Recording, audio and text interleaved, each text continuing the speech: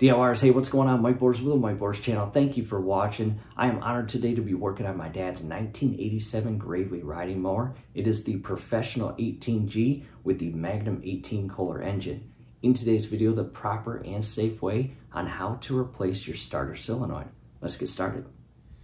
All right, DIYers, hey, we are on site at my parents' house, and in front of us is my dad's 1987 Gravely mower. It is the Professional 18G model with the Kohler engine. And again, in today's video, the step-by-step process on how to properly and safely replace your starter relay solenoid.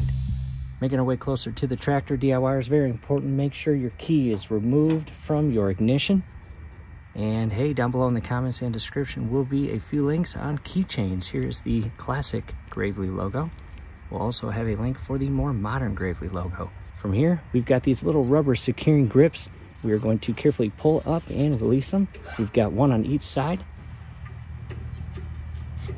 And from here, we can carefully pull up on the entire front compartment cover and gain access to everything inside.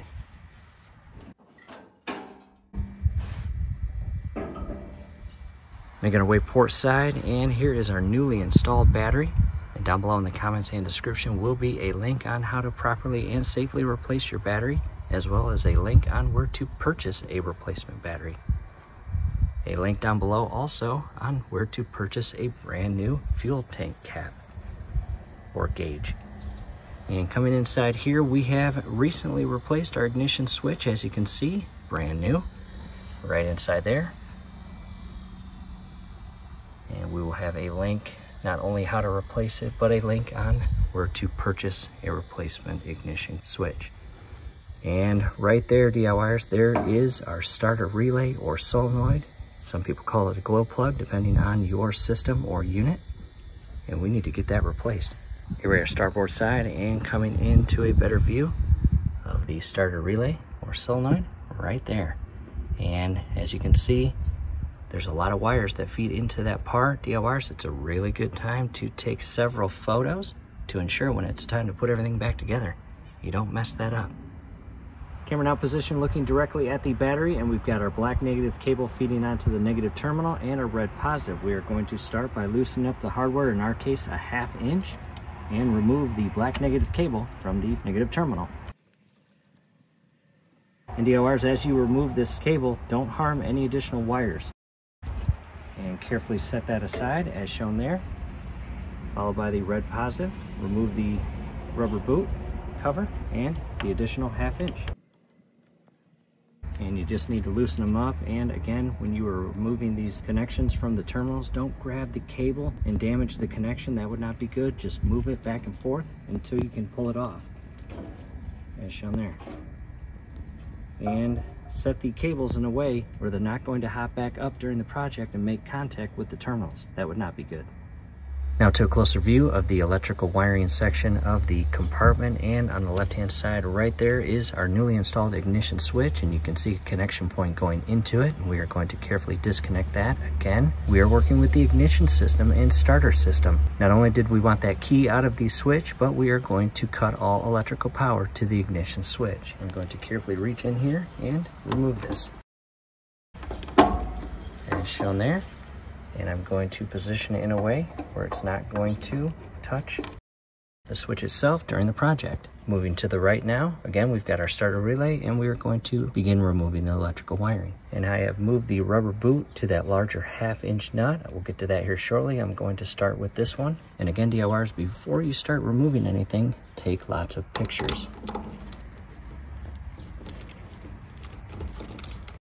In our case, as you can see, this is a 3/8 size. And I've got it loose to a point where I should be able to loosen it and remove it by hand. And as you can see, you don't actually have to remove the nut fully. Just loosen it up and you can remove this electrical wiring. Set that aside, as shown there. We are now going to remove the 1/2 inch nut. I'm now going to push that rubber boot aside so I can put the actual socket on. Again, in our case, a 1/2 inch. As shown here, and in our case we do need the deep socket. And just carefully loosen this up.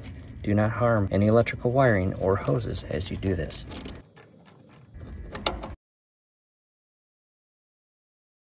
And Again, the benefit of taking photos, we've got a threaded stud, we've got a nut, we've got a washer, and then we've got this large rubber boot that is actually your positive red cable that feeds to your battery. And behind that is an additional electrical wiring and connection point, as you see right there. So when it comes time to re-secure everything, we want this wire on first, followed by the red positive cable connection, the washer, and the nut.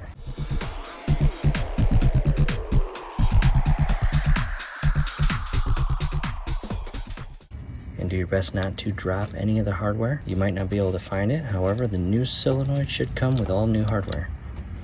There's the 1/2-inch nut. Set that aside.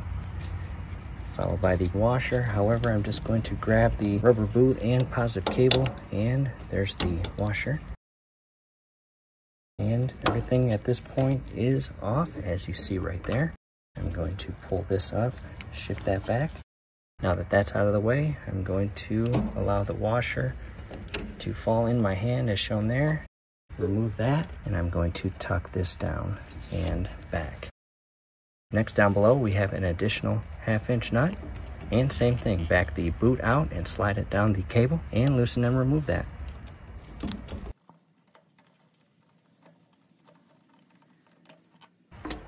And that one is loose. And again, the importance of not damaging any electrical wiring as you do this. The boot is making it a little tricky, but that's okay. Just be patient, be precise.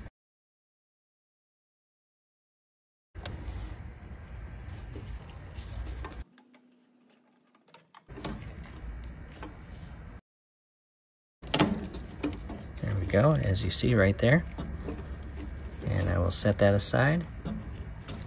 And we've got one more down right there that the orange and brown wiring feed into.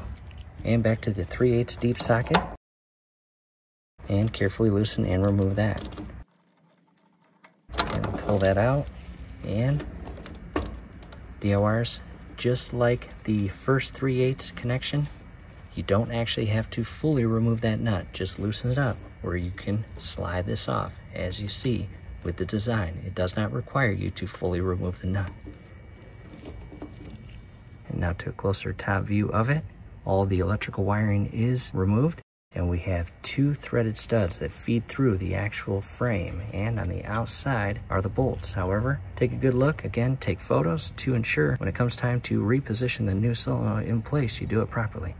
To the opposite side, and here are those 2 bolts I was referencing or talking about, in our case 7/16 size. There's our Hobbs meter, 35-year-old tractor. It's got 2,103.5 hours on it. How cool is that? Reliable mowers Gravely makes. I'll position the camera and we'll remove again those 2 bolts. Camera now positioned, and just to the right of the Hobbs meter, again, these 2 7/16 bolts and DORs. In our case, we are going to do our absolute best not to scratch the paint as we remove those bolts. And I've got my 1/4-inch ratchet with, again, the 7/16 deep socket. And those are really rusted, just go slow. And for the most part, they're coming loose. And again, what I mean by not scratching the actual paint, don't position the ratchet and socket and push in aggressively to a point where you carve out a perfect circle ring in the paint as you loosen up and remove these bolts.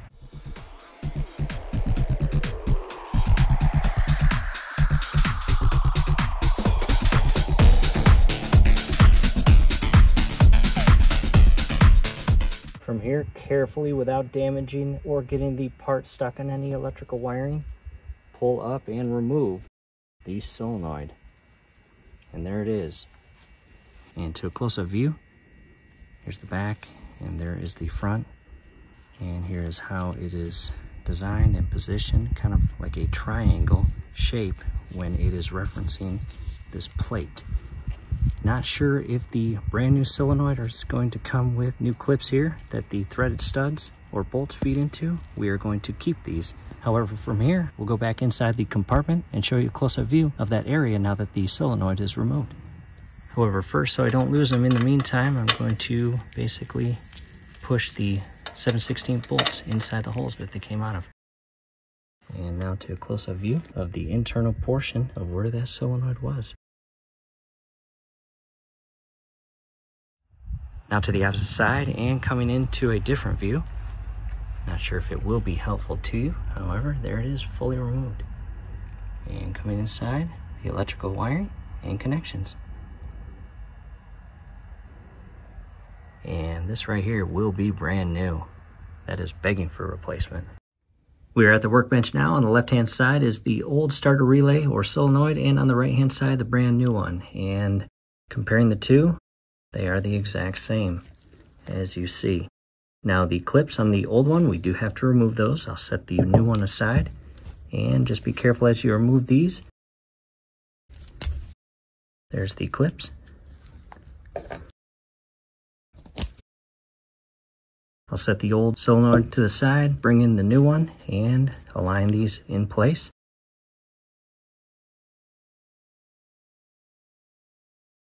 Just like that. And I'll set that aside. The new solenoid also came with brand new hardware. To a different camera angle, I'm now going to prepare the hardware. First, the washer on each of the 3/8 studs, followed by the nut. Do not cross thread these, that would not be good.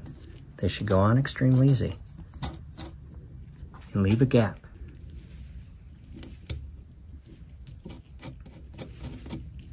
As shown there. Here we are back looking inside the electrical compartment area where all the wires are. I'm going to actually remove these threaded bolts, and we are going to reverse the steps except for installing and securing the solenoid to the frame at this point. I'm actually going to come down and re-secure the orange and brown wire first, as shown there. And I will tighten this in place. Do not over tighten it. You do not want these threaded studs snapping, but you want it snug. And you've got a compression washer, and I'm going to angle that down as shown right there.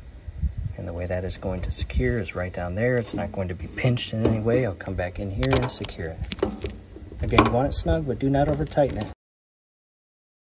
And from here, I feel safe to re-secure the solenoid to the frame. And I will come in from behind, and I'm just going to hand tighten these. Do not cross thread these either.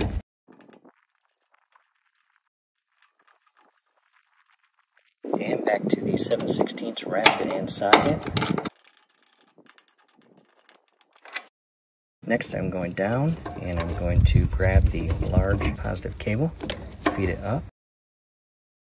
And the way that is going to go on is the connection first, followed by a compression washer, as shown right there, and the nut.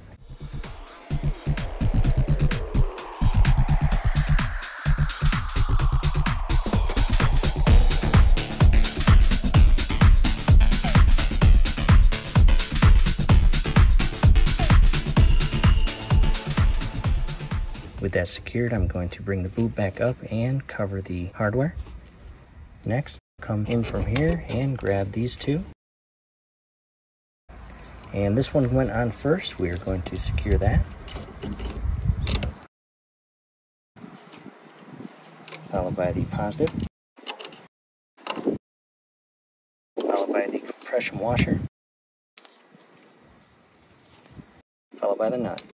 And these rubber boots make it tricky.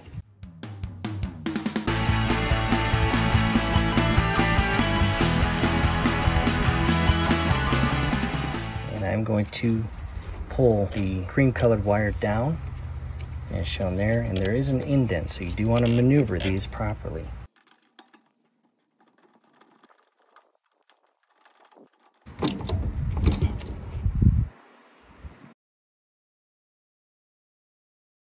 Bring the boot back up, and followed by this one.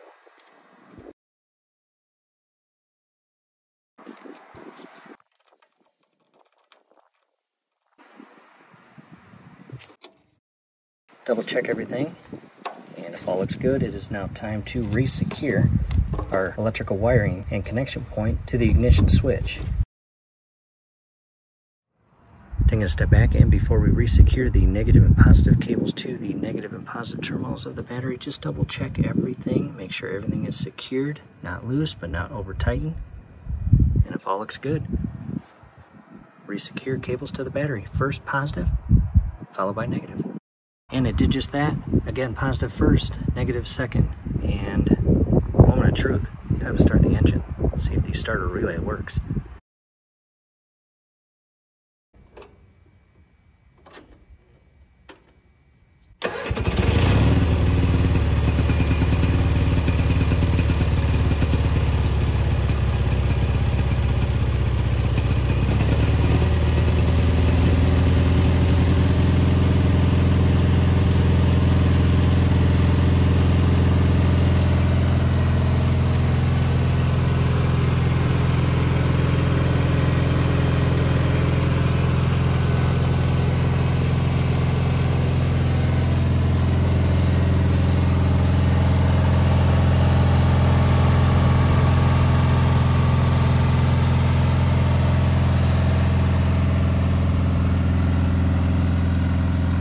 DLRs, project solved, mission accomplished.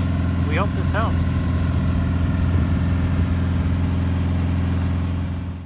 Engine is now turned off, DLRs. That makes us feel good. And one more thing, check out that slit in that gas cap. And DLRs, believe it or not, listen. Not good, right? That can affect the overall performance and efficiency of the operation of the engine. Not good. We are going to replace that.